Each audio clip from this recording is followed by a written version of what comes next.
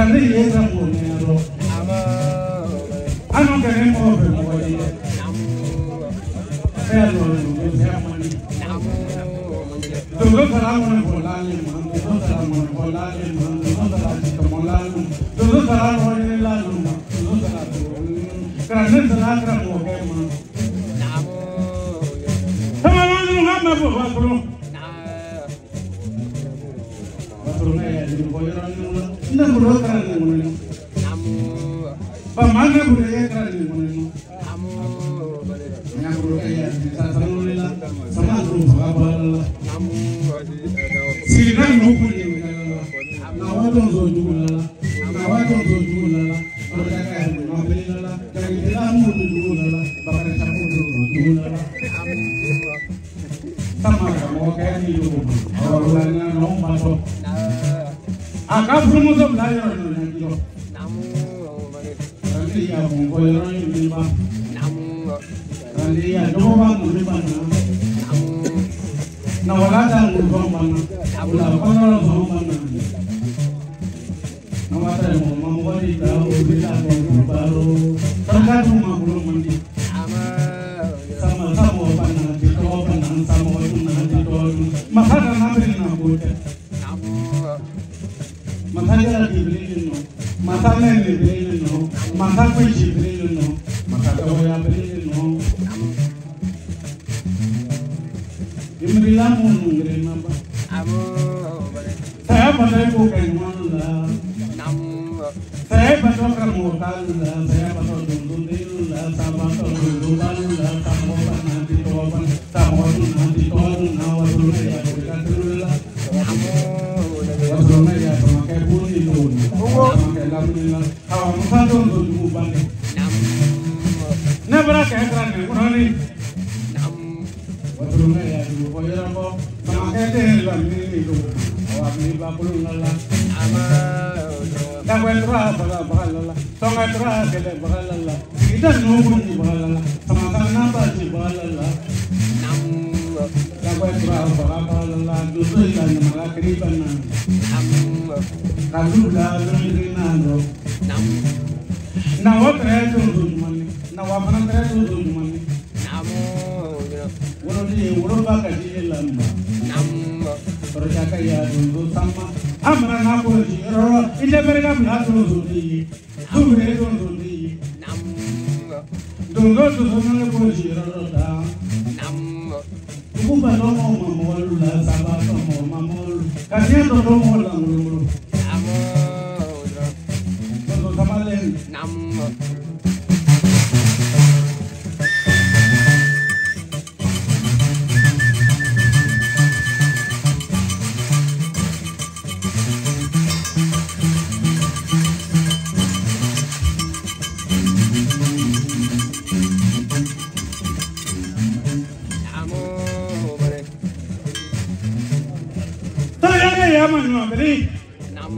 ini ni zaman sama.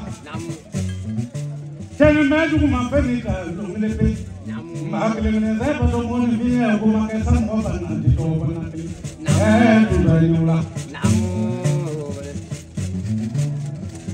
Bangga ya meribadi lah. Kembali jual di luar. Awak tambah bulan mana? Bangga ya meribadi lah. Wujudnya kayak pemukul masalah. Ambilnya dulu, bayi mulai jalan kayak dulu berani mulai wujudnya kayak dulu berani. Pemahaman dulu mulai kami. Ni berapa kan? Menolak. Akan menolak. Tuhan nanti bilang menolak lima. Kayu atori jatuh lila, amra kayak bunyi toko mate. Nekar namu ni maju lita. Sama nepeli sutra pun, nepeli blok unglenya, neberapa kan menolak mamu ni blok unglenya, neberapa kan mau Brahma. Karena sudah blok unglenya, dulu yang naja payah di jaga-jaga naja payah. Jatuh dulu menolak. Karena dulu bilang orang itu, tadinya mandi. Amra dia buat taman deh. Amra jadi jalan baru lah. Kono ye ka ci dugula ngramana ye ka ci dugula ne bravo ka ne doni mamu ne ci ngramana tani ne drana ko no kanyo kono ka ye ma la je kono bravo ne ko brahma kana sa kono kani an to ki kangun dola ko de na ka ma la je ko kana ka ma la je ka na wa ko ne do dugula la na wa chu ko kono kani wa to do se mandi yeah julane do yeah julane do kama julane do na ba tra sa balala tigina tra sa balala marina tra sa balala namu dana ji na modo namu ido kaya manala badaga ya sa ni la ai ma ba ko ma sa ba ko mo mo la tra ni awa do se namu Amraga buru tetra mate namu wase to buru munna namu dulu samayula namu chalo mera divirita nyamara sudere chabero sudere kojiro namu samale namu awase namu badalandu namu ne baraga sa kwela lu ye munji sa kwelu ubra pomon bo brahma ma ko lu ye sa sanjale di jara sa sanjake nawasa bul saya di awasu ya satre namu ne baraga ba kwela lu ye munji ba kwelu ro ubra pomon bo brahma anu ye ba prilale di jara ba prilai de nawasu go baya di awa baru ju yesu namu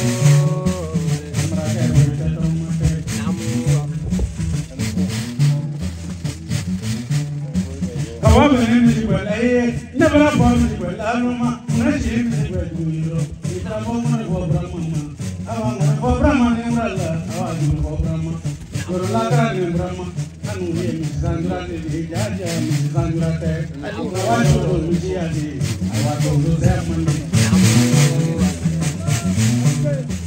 awa ni du ma ma da ne mo pa mo na do muso ye mu ngatila wala ni ye kana betila adoni ye ke jula karani ye ke jula anu tere ka motiri amra ka ka monani namu ka ja do se man muso ye ke na kijila olu ye kana betila awa mo ko brahma ni sada anu tere ku ke tri se ma ka ku ke na ni do ya ku je se man ni do ya ku je se man ni namu Jadi yang berbahasa mani, kerana yang berbahasa mani. Banyak loh, lima balo. Nenya yang kontrol balo dan nenya yang kontrol wala. Awan awan itu teman dulu. Itu saja baru. Bamalim. Namu. Apa nama orang awalnya kerana kerana. Namu. Nama betul tebalan nama orang mungkin terpadunya di sana. Namu. Namu kaya apa nabi? Jangan kamu ini ulah, jangan ini ulah. Jangan pergi susu sudah tak. Namu. Mama juga. Amerika kile. Namu. Singapura kile ulah. Namu. Namu kaya ulah, mungkin ulah. Namu. Dulu sama le. Namu. Amra ke si duri. Jadi kalau polisi itu Sama mau mengolah, ibna kaya pakorom lila, pakorom teretong sujudi, amanu tong sujudi lala, panangga ya tong sujudi lala, teru teretong sujudi, nawalala, awatu nawalala, ante lelun mabaro, nanya pun mabala, nanya te kamu nawala. Amra dongli kele mila, aku tu dongli kele mufala. Bala, ila kele, agriye mo ya jasa, mahini mula. Bangkuru jikune kasa, musikune kasa, ramu abu jara pada damina, ute uli kele.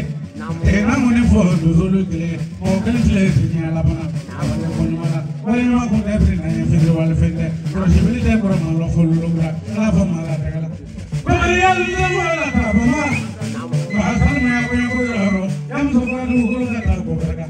dusara jina ko ni mata kana kile ko ko ke bom mabare ka bom mabare mati ko na tanti ki mari moda ngana te ke jologo ana na do bili milata na nya fina sama ko asiri sigi ro ka prati na moy mata ka do ke chukule ko la ro chama ke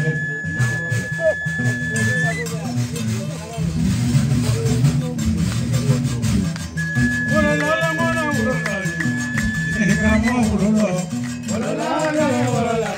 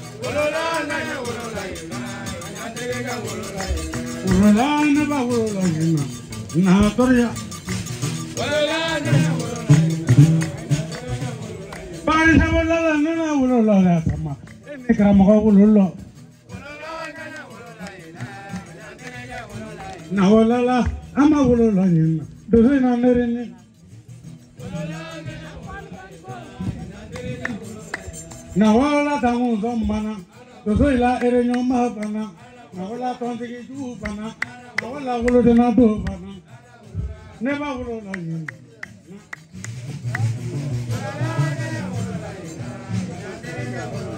Kawulala neba wulola yin, nanderija. Kawulala neba wulola, mamudu bamba, chawulo. Numu kama denula, viva urola yino. Ini terija urola.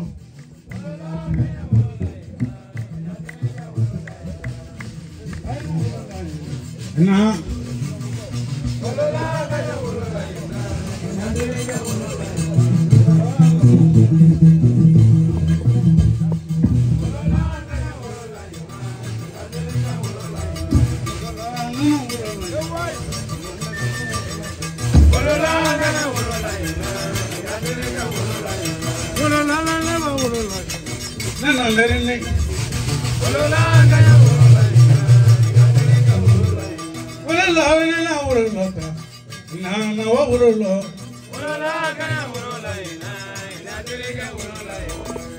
Ifurja manasaha, uludini manasaha, ijarika manasaha, karane ikram olala, ina ulula ina, na wa ulu, ulula kana ulula ina, ijarika ulula ina, ulula leba ulula, nanderini, ulula kana ulula ina, ijarika ulula, ulula kana ulula ina, na tozai ulula, ulula kana ulula ina.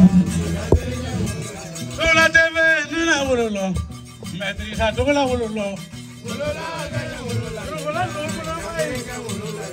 La Maria dimiti niula, anna buruja.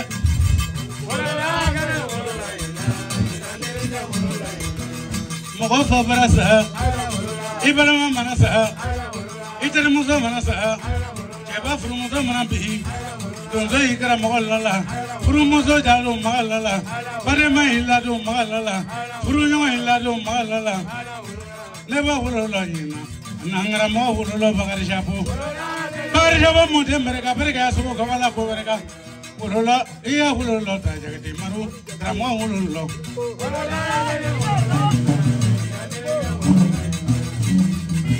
Jagmane be mone ya, subuna sayani. Jagmane be mone ya, mone ya, subuna sa. Jagmane be mone ya.